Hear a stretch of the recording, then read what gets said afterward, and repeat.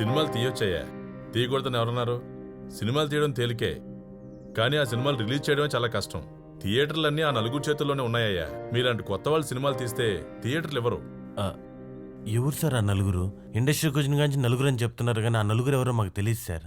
ఆ నలుగురు ఎవరో అందరికీ తెలుసు, మీకు తెలియకపోవడం ఏంటి? మేము ఇండస్ట్రీకి వచ్చిన కానీ వింటున్నాం నలుగురు నలుగురు అని. ఎవరు సార్ ఆ నలుగురు?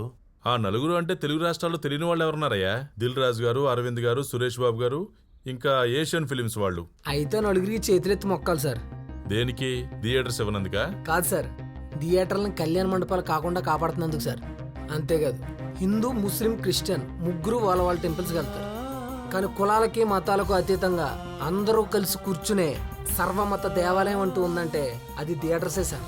అలాంటి థియేటర్ వ్యవస్థను కాపాడుతున్న ఆ నలుగురు నిజంగానే దేవుళ్ళు సార్.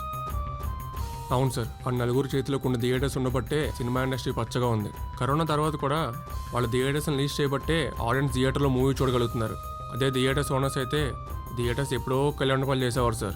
మంచి కంటెంట్ ఉంటే దిల్ రాజు గారైనా, అరవింద్ గారైనా, సురేష్ బాబు గారైనా ఎందుకు థియేటర్స్ ఇవ్వరు సార్? చిన్న సినిమాలైనా Vangaveeti, Devineni, Jathiratnalu, care of Kancharapalem, Arjun Reddy, DJ Tillu, ఈ సినిమాలన్నింటికి వాళ్ళు థియేటర్స్ ఇవ్వలేదా సార్?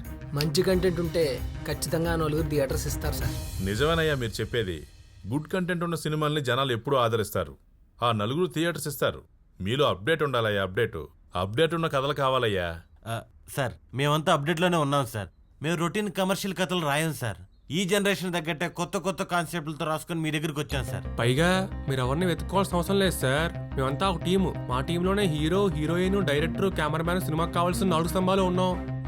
మీరు అంటే సినిమా తీసి బొమ్మను బాక్స్ ఆఫీస్లో బద్దలు కొడతాం సార్. మీరేమీ ఆలోచించుకుని ఒప్పిస్తున్న ఒక ఛాన్స్ ఇవ్వండి సార్, ప్లీజ్ సార్. మీరు ప్రత్యేకించి సినిమా కోసం పబ్లిసిటీ చేయాల్సిన అవసరం లేదు సార్. మేమంతా ఫార్వర్డ్ చేస్తే స్టూడెంట్స్ అంతా ఫేస్బుక్లోను, ట్విట్టర్లోను, ఇన్స్టాగ్రామ్లోను మొత్తం సోషల్ మీడియా అంతా ఎరగొట్టేస్తారు సార్. పబ్లిసిటీ మామూలుగా ఉండదండి, బొమ్మ బ్లాక్ బస్టర్ అయిపోతాం.